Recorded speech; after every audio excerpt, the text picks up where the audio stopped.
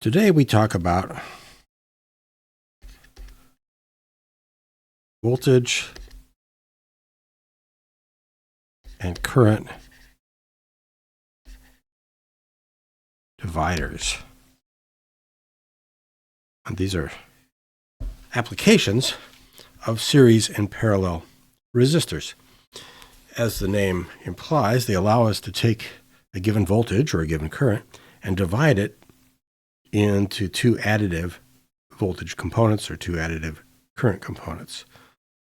And that could be useful, for example, when you have, let's say you have a 12-volt battery, but you need 5 volts to power some device. So you divide the 12 volts into 5 volts plus the remaining value, which is 12 minus 5, which is 7. And you can do the similar thing for current. So we'll both look at the analysis of voltage and current dividers and also the design of them. And for designing, it'll turn out that not only can we specify a given voltage or current, but we also have one other specification that we can meet. And we'll talk about that as we go along. So let's start off with the voltage divider.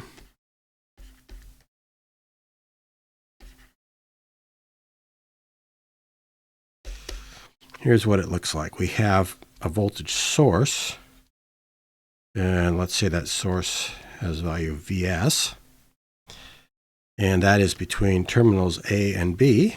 So there's a voltage drop from A to B of Vs, and then we attach that to two resistors in series.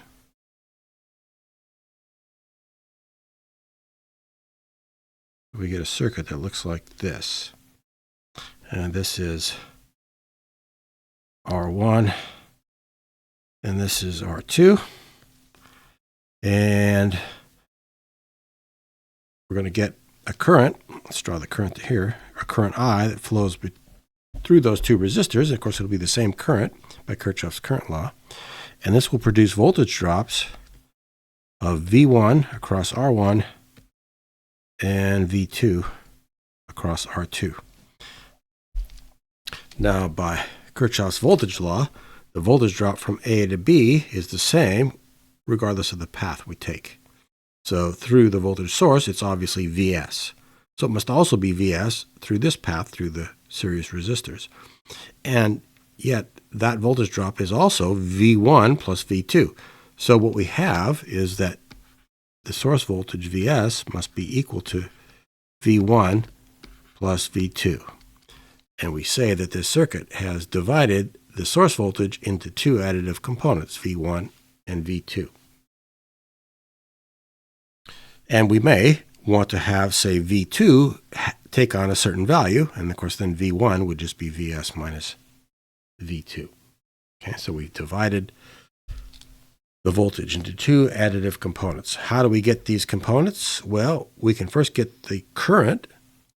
We can say that the current I must be equal to the source voltage over the total resistance it sees, which is the series combination of R1 and R2. Right? So the equivalent resistance of those is R1 plus R2. Okay, so that's the current I that flows through both resistors. And then we have Ohm's law that tells us that V1 is equal to R1 times the current through it, I. And what is that? Well, here's the current I, and that times R1. And so let's write that as Vs times R1 over R1 plus R2. There we got Vs over R1 plus R2. That's the current I, and then times R. And for V2, well, we've got R2 times the current, and we can also write that as, let me get a little more space in here. Fix that guy over there. We can write that as Vs R2 over R1 plus R2. Okay, so the voltage drops are proportional to the corresponding resistances given by these formulas. So just as a check, we're claiming that V1 plus V2 should be equal to Vs. So let's work it out here. Well, they both have a factor of Vs. And so the first one, V1, is Vs times R1 over R1 plus R2. And V2 is Vs times R2 over R1 plus R2. And we see we've got a common denominator.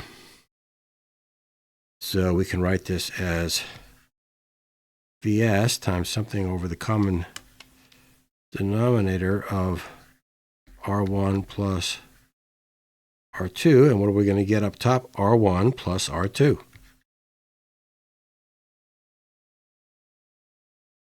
And of course, that's just R1 plus R2 over itself, which is 1. So this is just 1 times Vs. And so indeed, Vs is V1 plus V2.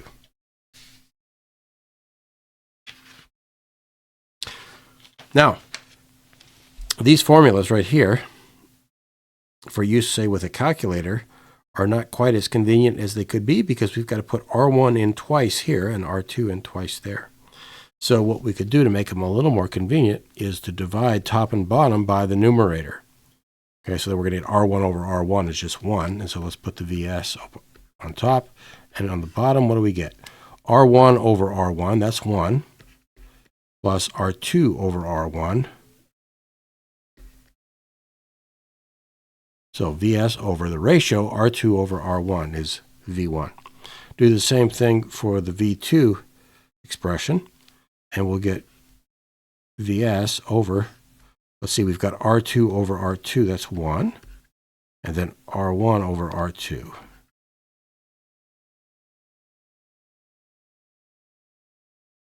Okay, and you can see those are more convenient for use with a calculator because you only have to put each resistance in one time.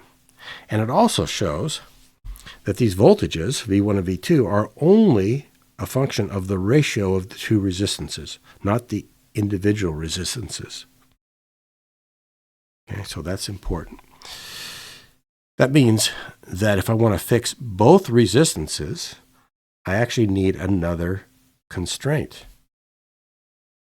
Or another way to say that is, let's say we have R1 is 100 ohms and R2 is 200 ohms. And we get then V1 is Vs over 1 plus 200 over 100, or 1 plus 2 over 1, which is 3. So V1 would be 1/3 of Vs. We would get that same V1 value if instead R1 was 100 kiloohms and R2 was 200 kiloohms. And because the kiloohm thing, part would divide out when you take the ratio. So you still get the same ratio, 2 over 1.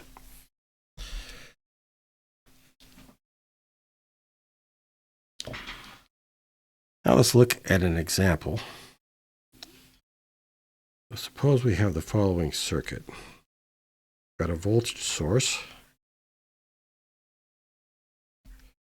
with a value of 9 volts. And then that drives a series combination, 2 resistors,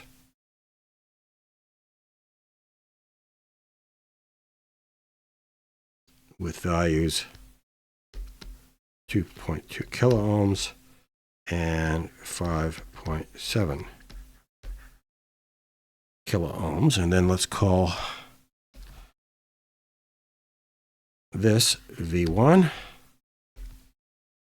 and this V2. And by the way, it doesn't matter which one of the resistors we call R1 and which we call R2. These formulas still work. It's just we can swap those subscripts if we want. But we usually will call this, we'll usually draw it in this form and call this R1 and this R2, just as a convention. So what are the voltage drops V1 and V2? Okay. Well, here's the formula up here. The source voltage is 9 over 1 plus R2, which is 5.7K, over R1, which is 2.2K, And we punch those numbers in the calculator, and we get to three significant figures, 2.51 volts.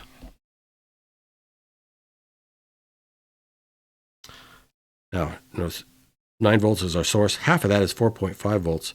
The smaller resistance is going to have less than half of the voltage. And indeed it does. And so the bigger resistance, R2, should have more than half the voltage, should make up such for this difference, so that 2.51 plus that would be equal to 9 volts. And in fact, we could just take 9 volts minus 2.51 to get the V2, but let's go through and use these formulas. So we'll have source voltage 9 over 1 plus, and then we just invert this ratio. Now it's R1 over R2. So R1 is 2.2K, and R2 is 5.7K. And we punch those numbers, and we get 6.49 volts. And indeed, if you add 2.51 to 6.49, you get 9. So notice this formula in words, we could say, let's look at V2 here. To get the voltage drop V2, we take the source voltage over 1 plus the other resistance, R1, over the resistance where we want the voltage drop. And likewise, for V1, we take the source voltage over the other resistance, R2, divided by the resistance where we're getting the voltage drop, R1. That would be this formula here. So, right, as an obvious check, 9 volts should be equal to 2.51 plus 6.49. And indeed it is, which is equal to 9 volts. How much current? We weren't asked for that, but maybe we're interested in that. How much current flows out of the source? Because that obviously the product of the 9 volts and that current is going to be the power that is produced by the source. So let's see. I would be equal to the 9 volts over the total resistance, which is 2.2K plus 5.7K. Calculator tells us that that is 1.139 milliamps. And therefore, P produced by the voltage source will be the 9 volts times this 1.139 milliamps, which is 10.25 milliwatts.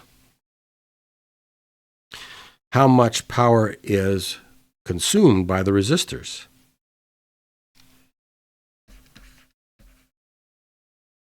Consumed power would be, well, we could use the formula I squared R, or R times I squared. And since they have the same I, we can factor that out. So it'll be the first resistance, 2.2K,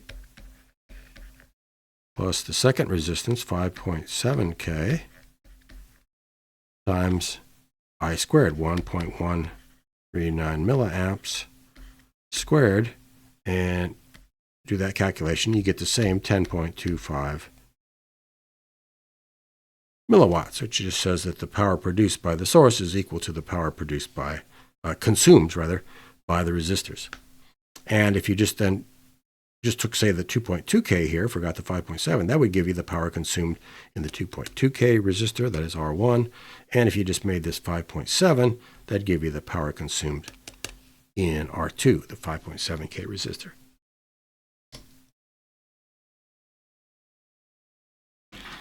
Just as we can extend the idea of series resistors to any number of resistors, we can do the same thing with the voltage divider concept, because it is just an application of series resistors. So we can have a source voltage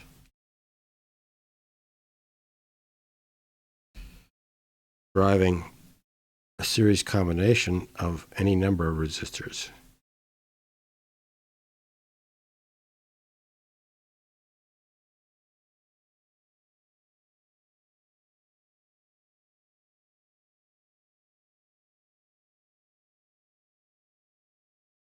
And let's suppose that we just redraw this so that the resistor of interest is the one over on the right-hand side there.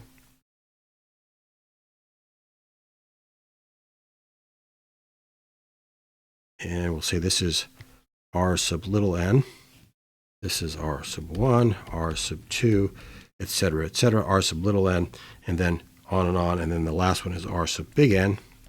This would be R sub big N minus 1.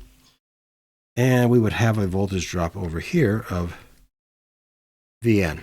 And this would be due to the fact that current I would flow through this series combination of resistors. Well, the voltage divider formula would be that this Vn would be, well, the current would be the source voltage over this series combination of all the resistors, which would just be the sum, say K equals 1 to big N of R sub K. And that would give you the current. And then in the numerator, we would put the resistor of interest, R sub N. Okay, so that would be the voltage divider formula for an arbitrary number of resistors where we're interested in the voltage drop across the little nth resistor.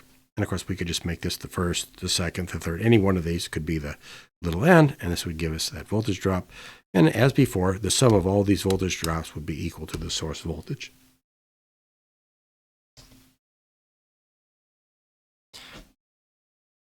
Now let's look at the problem of designing voltage divider. So what we looked at before was the analysis of a voltage divider.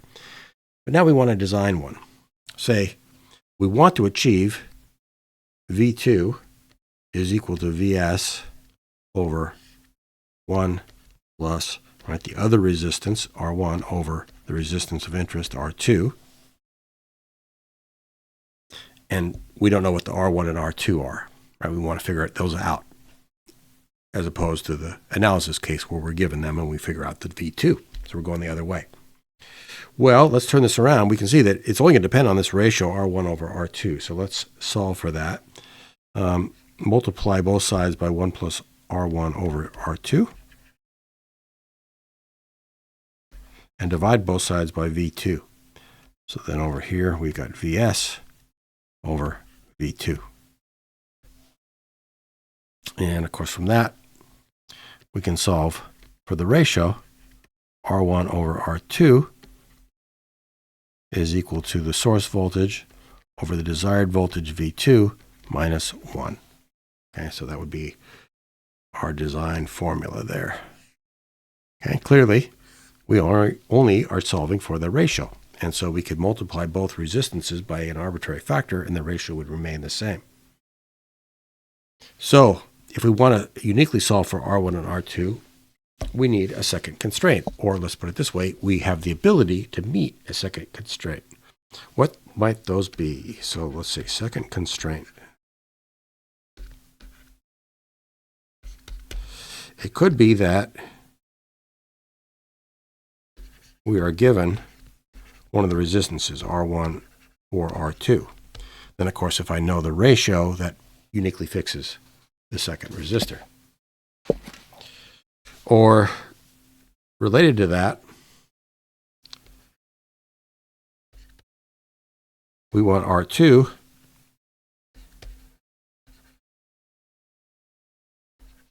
to draw a given current I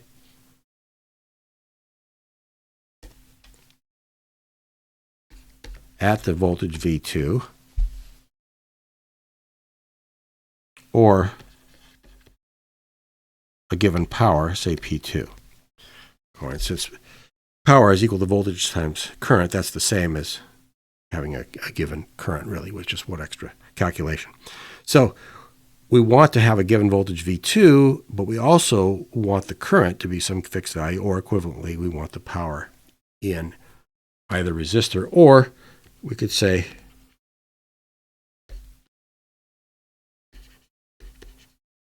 want given source power. So we want the source, maybe we have a limit on how much power the source can produce. So that might be under the constraint.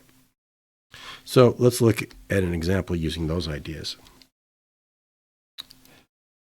So say we have a 12-volt battery.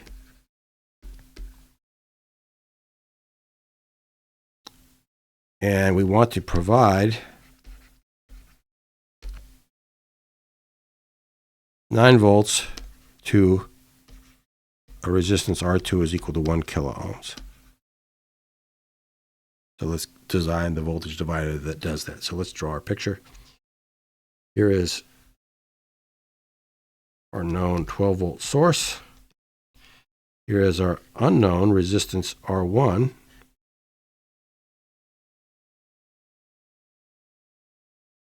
And here is our known 1 kilo ohm resistance. This is R1. And we want this to be 9 volts. Call that out here. We want this to be 9 volts.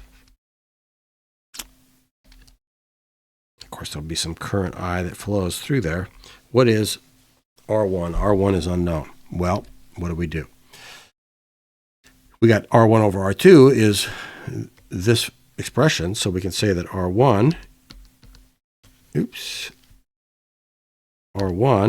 is equal to R2, right? I'm just going to take this and multiply both sides by R2. So R2 times this expression, Vs over V2 minus 1. And now I know everything on the right side. This is 1K is R2. Vs is 12. V2 we want to be 9. So this would be 12 over 9 minus 1. All right, and so we get our calculator out and punch that, and we get 3 sig figs, 333 ohms. What is the current that the 12-volt battery, let's say it's a battery, produces? It would be the 12 volts over the total resistance, which would be 1K here and 333 for R1, so that'd be 1.333K, and that is 9 milliamps. Okay, so what is the produced power? It's 12 volts times 9 milliamps is 108 milliwatts. And as a check, we can go through and see, what is the power consumed in these two resistances. Okay, and that would be 333 for R1 plus 1K for R2 times the current squared, right? So this is the Ri squared formula, 9 milli squared, and that works out to be 108 milliwatts. Okay, so we just designed a voltage divider to provide a given voltage to a known load. Let's look at another one. Let's say we have a source voltage, which is 120 volts, and we want 2 amps delivered at 24 volts. All right, so this is very common, like when you get a tool or a device or motor or something like that. It won't tell you a resistance, but it'll tell you the voltage and the current. Of course, from that you can get the resistance if you want. So we could say R2 then, well, it's at 24 volts, it's drawing 2 amps, so that must be the equivalent of a 12 ohm load. But let's not go that route. Let's just take the data that we're given. So let's draw our picture, put in what we know. This is 120 volts.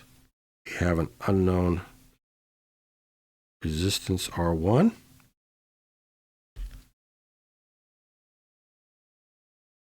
Oops.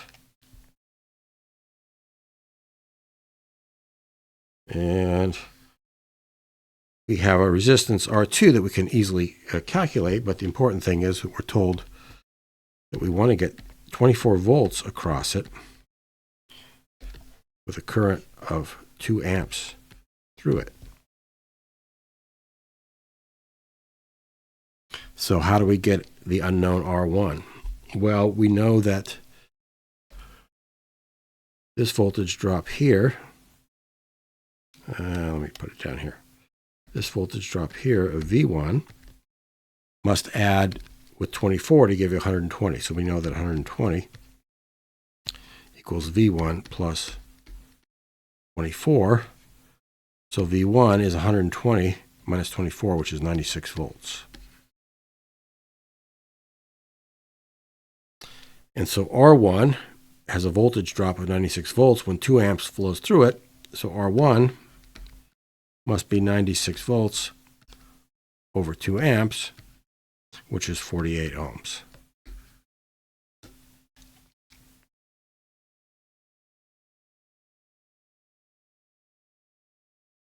Right? Or equivalently, we could look at this and say, okay, this is 120, this is 24, so this must be added 24 to give you 120. So R1 must be, its voltage drop is 120 minus 24 over the current, which is just Ohm's law, which is 2 ohms, right? So this is just, the voltage drop is equal to current times resistance, and that also would give you 48, right? That's the same calculation we did.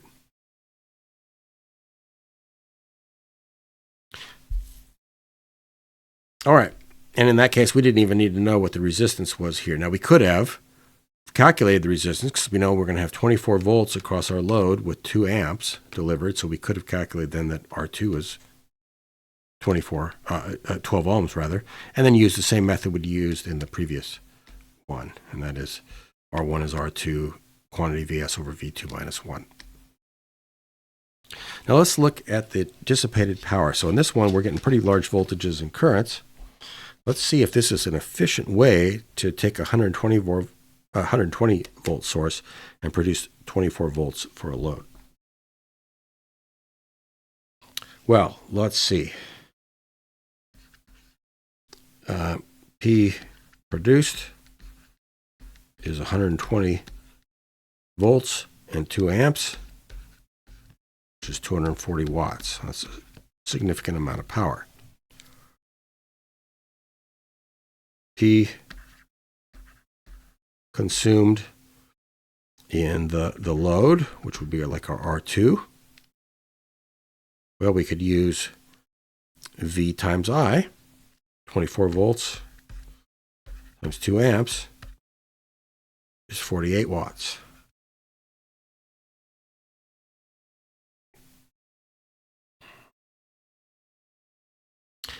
And let's see, P consumed in R1. Well, we could just take the 240 minus 48, but let's do the direct calculation. We know the voltage and current there, 96 times 2. We could do that, or we could do Ri squared. We could say we know R1 is 48 times 2 squared. Either of those calculations would work. In either case, we'd get 192 watts. 192 plus 48 is 240. But notice what happened in this case. To provide 48 watts to our load, 24 volts with 2 amps, we had to draw 240 watts from the source. And to do that conversion, so let's say to regulate the voltage down from 120 to 24 volts, we had to burn up 192 watts in the resistor R1. So we threw away most of the power that was produced in the source to do this. Let's call this a voltage regulation. That's not very efficient. In the cases where this was very small amounts of power, down in the milliwatts or even less range, we don't care necessarily if it's efficient often. But when you get in very high power levels, well, then the efficiency becomes a really important thing.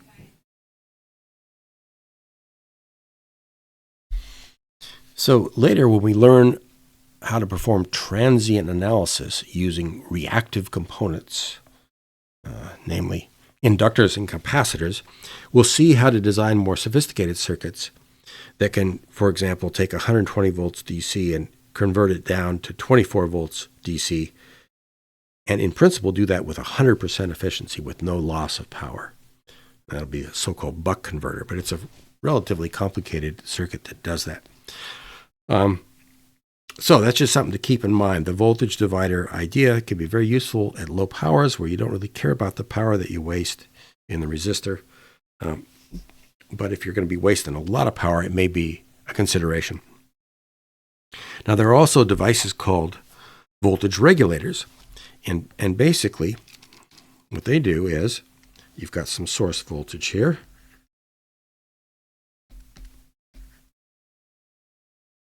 And the voltage regulator is a 3-terminal device that looks like this. And then here's your load. And you don't need to do any calculation of, let's just call this our load. And this will provide a fixed V load. So if you have a 15-volt regulator, it'll produce 15 volts as long as you put somewhat more than 15 volts at the input. And so you can think of this as a device. It's actually pretty complicated inside. It uses transistors and stuff, but think of it as a device that adjusts its resistance to make a voltage divider so that regardless of what this resistance is, this voltage will always be this fixed amount. Okay, so that would be a voltage regulator. You can buy these chips. Now you still have the problem that this acts as a resistor R1, and if this voltage is much less than the source voltage, then most of the power gets burned up in the regulator. Most of the power gets burned up in the equivalent R1 resistor, and it's not very efficient. Again, so that's another reason why at high power levels, usually you want to use this idea of this more sophisticated so-called buck converter to reduce a voltage. We'll see that it's even possible, something you can't do with a voltage divider, we can actually increase the voltage. We could take 120 volts and bump it up to 180 volts using a thing called a boost converter. Again, that's a relatively sophisticated circuit, but we'll have some idea of how that works later in the course. Now, so far, we've been talking about a voltage divider where we know the resistance across which we want the particular voltage drop. But sometimes we want to build a voltage divider to which we can attach various different load resistances. So this has another wrinkle in it. So this is going to be we'll call it a voltage divider with an external load. So here will be the circuit.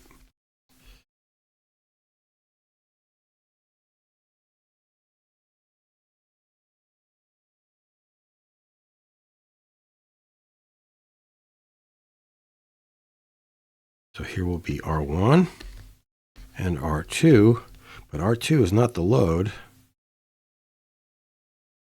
We're going to put another load out here. And we'll call this our load.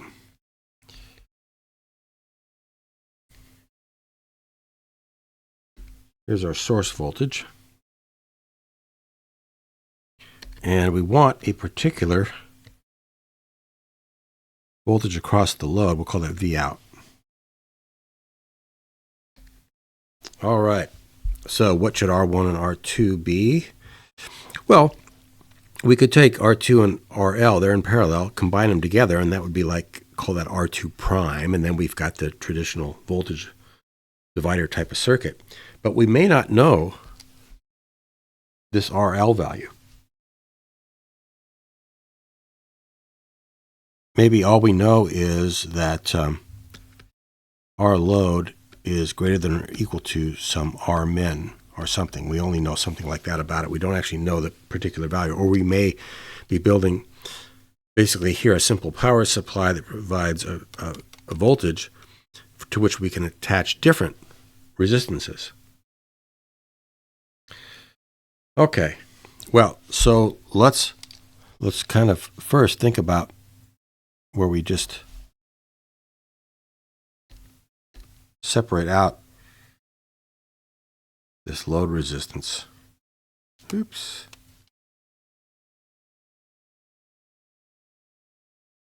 Okay, so we can just think of that separately. We'll first just design a regular voltage divider, and then we'll think about adding this load resistance in. Okay, so with no RL, we know what our formula is. It's that the ratio R1 over R2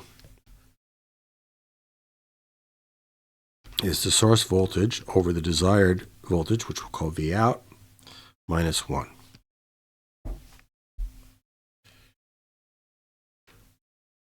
Now, with a load resistance present now, well, now what's going to happen is effectively the R2 gets replaced by the parallel combination of R2 and R load.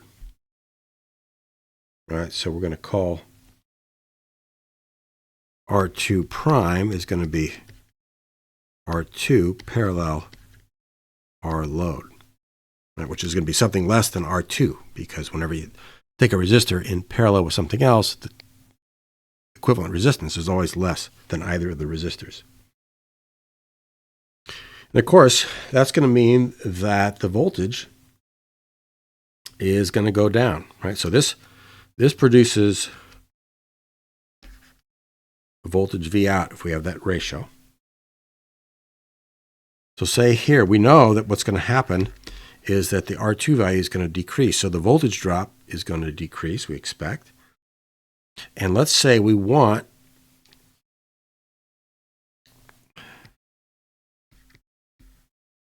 no less than 1 minus epsilon V out. So let's say this was 12 volts. We want 5 volts here. And so we design this so that without the load, we get 5 volts. And then if we do put a load in, we want this to drop down to no less than, let's say, 1 minus epsilon. Epsilon is 0.1 or 10%. So we want the voltage to drop to no less than 90% of 5 volts, which is 4.5 volts. Okay, we might have a requirement like that. So we're going to use those two requirements now to figure out the R1 and the R2.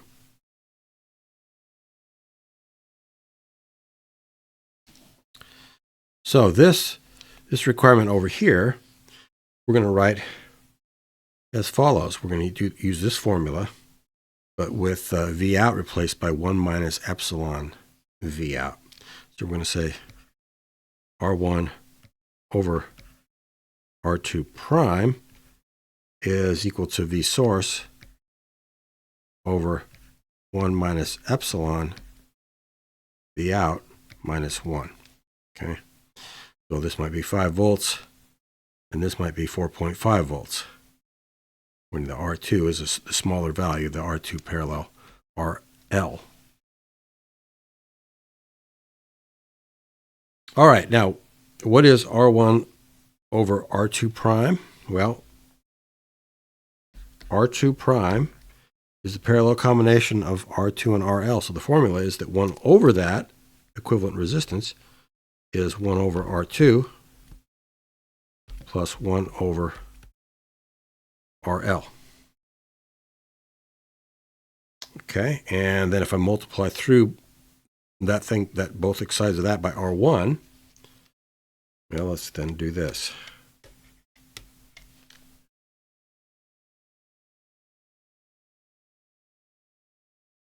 We have that formula right there. Okay, and then we're going to plug that in up here. All right, so R1 over R2 plus R1 over RL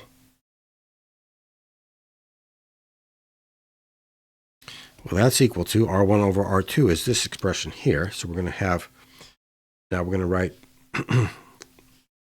that this is equal to R1 over R2 is Vs over V out minus 1. That's this formula right here. And that's substitutes for this ratio. And then we have plus R1 over RL. And that's got to be equal to, because it's R1 over R2 prime, that's got to be equal to this expression. So that's Vs over 1 minus epsilon V0 minus 1. And now we've got this. Oops. Let's do it this way. This is equal to that.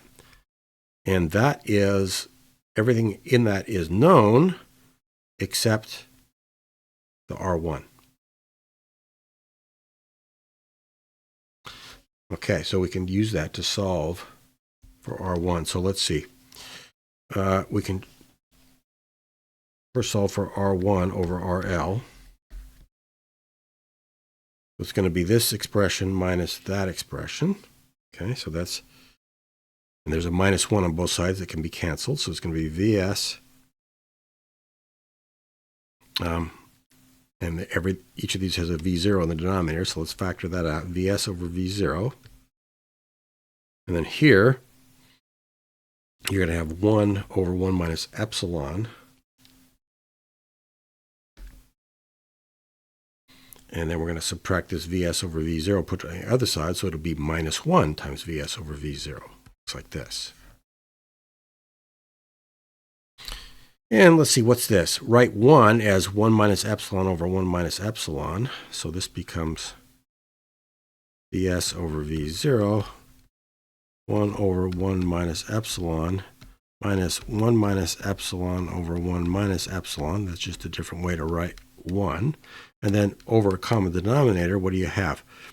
1 minus 1 is 0, minus epsilon. Okay, so then this is Vs over, Vs over V0, epsilon over 1 minus epsilon.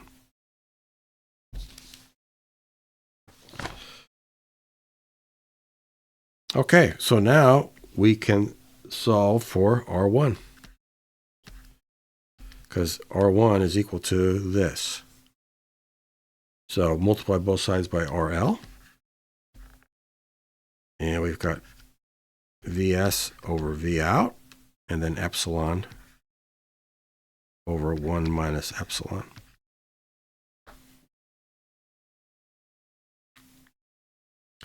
Okay, so that's your R1 value. Now, how about your R2 value?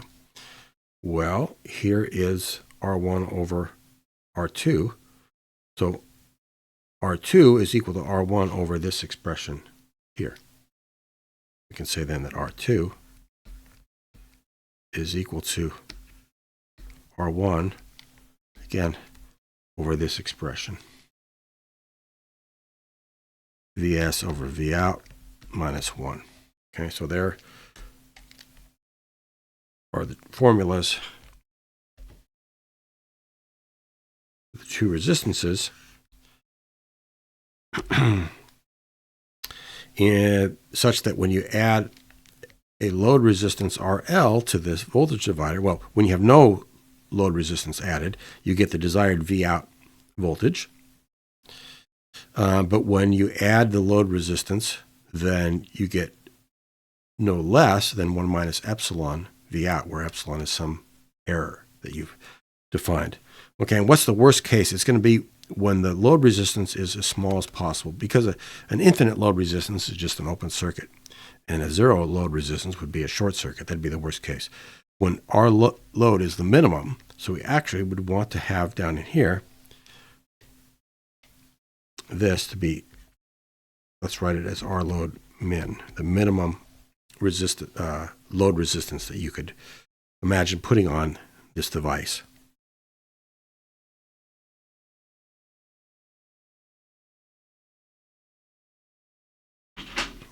Okay, now we come to the idea of a current divider. And as the name implies, this will divide a current. So we have a current source in this case. let's say I sub s, and it drives two resistors in parallel.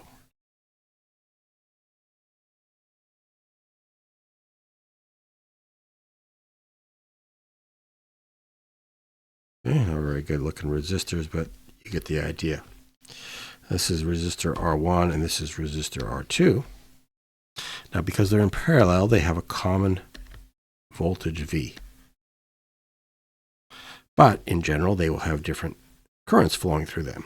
So this is I1 and this is I2.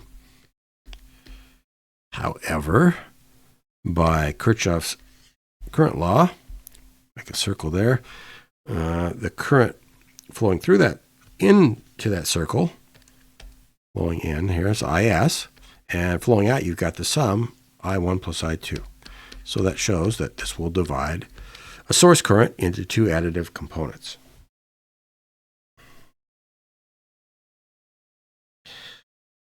All right. Now, when you have two resistors in parallel, their conductances add. So G equivalent is G1 plus G2, where remember that G is 1 over R.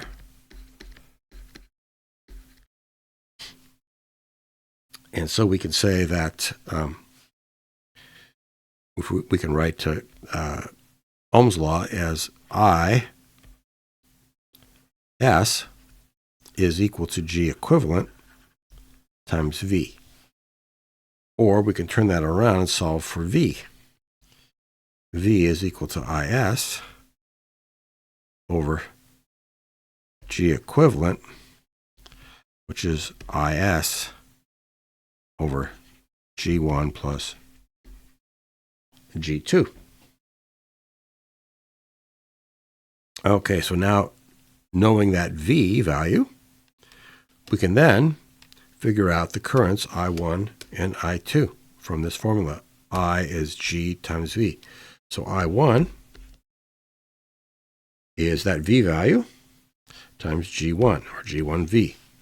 And now plugging in what V is, it's IS over G1 plus G2. We can say that this is IS times G1 over G1 plus G2. And then we can divide top and bottom by G1, and we get IS over 1 plus G2 over G1. Okay, so it looks exactly like the voltage divider formula, except we replace voltages by currents and resistances by conductances. And then likewise for I2, just do the same types of steps, and we get that this would be I source over 1 plus the inverse of that ratio, G1 over G2.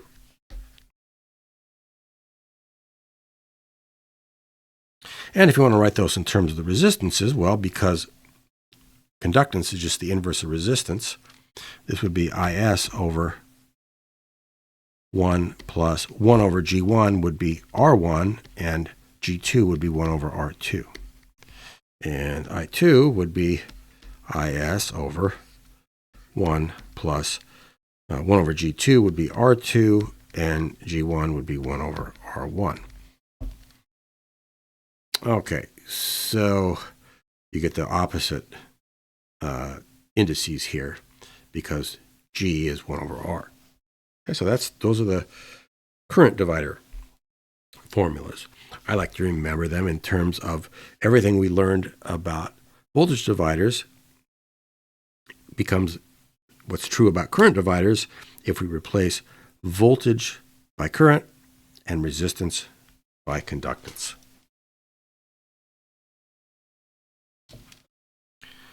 Now, the current divider concept can be extended to any number of parallel resistors. So we could have a source here, IS, and here's resistor R1, and then resistor R2, and so on and so forth.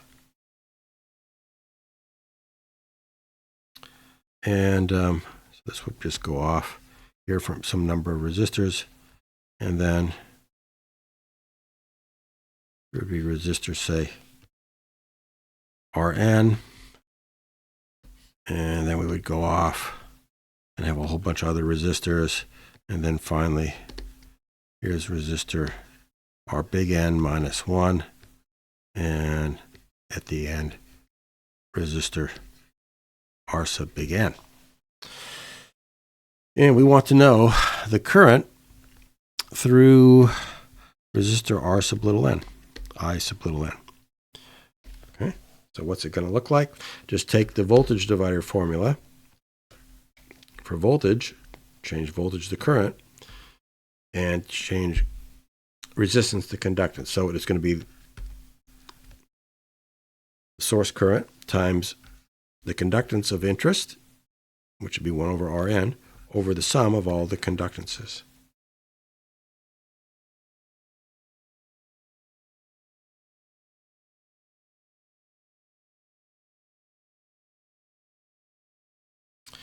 Well, let's do an example of a current divider. Let's say this is 15 milliamps for our source, and our resistors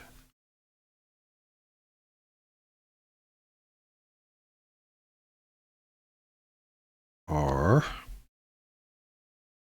33 ohms and 68 ohms. Oops.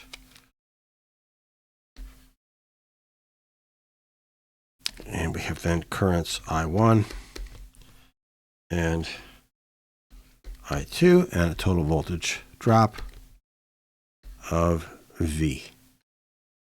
Okay, so let's say we want to know what the currents and the voltage are. Let's see. So our formula would be I1 would be I source.